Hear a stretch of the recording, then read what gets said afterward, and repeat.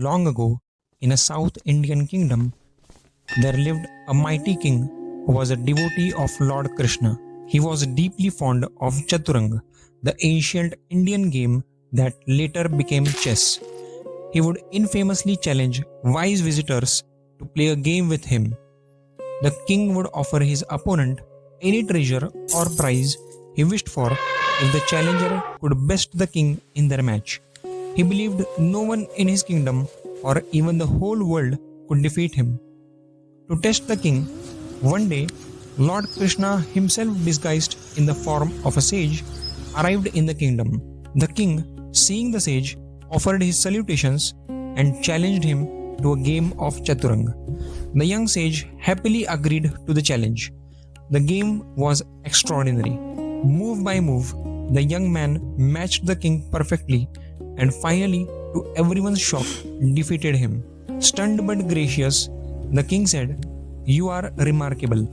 Ask me anything as your reward, gold, land, or jewels, and it shall be yours." The young sage smiled softly and said that he was a man of modest means and did not need much. All he wanted was a few grains of rice, but with a condition that they must be placed on the chessboard in the following manner. Every square would have double its predecessor, which means that there would be 1 grain of rice in the first square, 2 grains in the second square, 4 in the third square, 8 in the fourth square, and so on.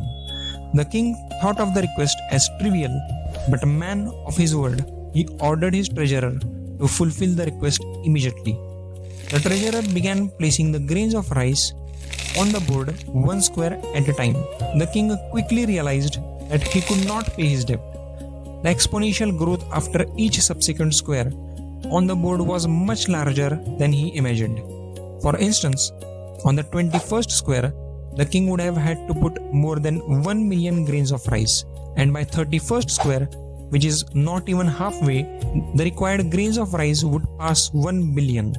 Finally, on the 64th square, the king would have had to put more than 18.4 quintillion grains. To put that into perspective, that's enough rice to cover the entire surface of the earth several meters deep. This is more rice than has ever been grown in all of human history combined.